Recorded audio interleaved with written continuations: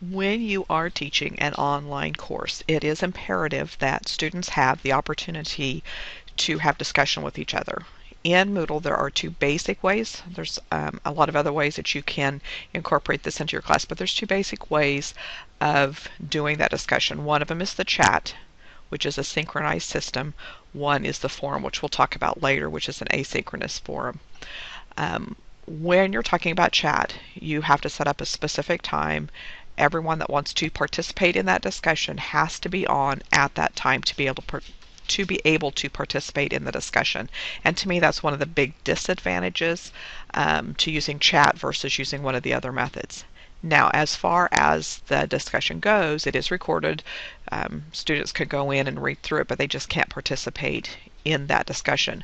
A forum is set up a little bit differently, and you'll notice from all the forums that we've done in this class up to this point, a forum is set up to where you can get on at any point in time and still be part of the discussion. And so I use forums probably 95% of the time over chats. Chat's not my favorite way of adding that element to your online course.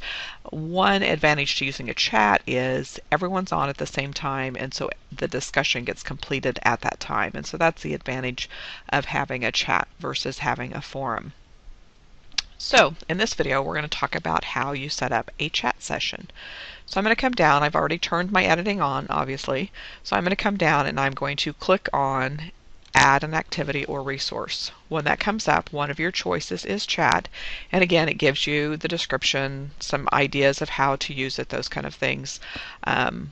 As far as being able to use the chat. One thing that they point out here, and I think it's something that we need to stress, is even if you are teaching a face-to-face class, you can still use this as part of the discussion for your course. So I'm going to go ahead and click on Add so I can add my chat. When the chat module comes up, it gives you a place to describe. So this will be our discussion for Unit 1 test. And you need to be specific as far as the description. In this chat room, we will be discussing questions for Unit 1. Again, if you want the description to show up on the page, you click on the box underneath, and that will show up on the page right underneath where the link for the chat room is. When you click on Chat Session, one thing to keep in mind is that a chat session can be repeated. So let's say that you want a testing for every unit. You're going to have a testing chat that people can get on and discuss.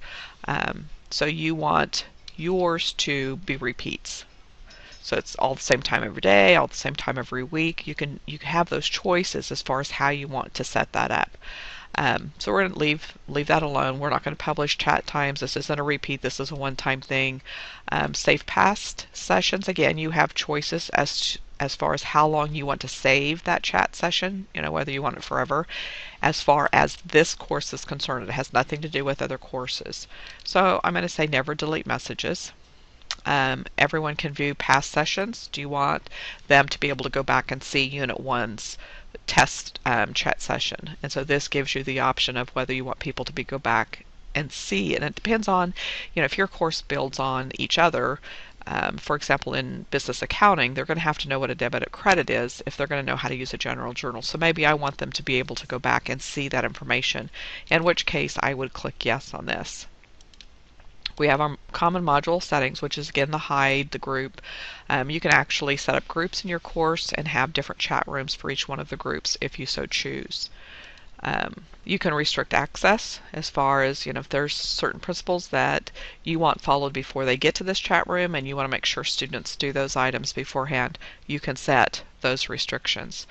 And again, we have activity completion and show activity complete. And again, your choice is for students to view it. Once you have that done, you click on Save and Return.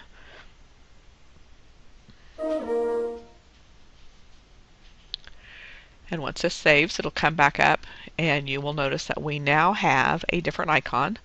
This is the icon that you'll see for any of your chat sections. This is for your discussion forums, and this is for your chat. So every single item has its own type of icon in front of it, so your students get used to looking for those icons. So that's how you set up a chat session.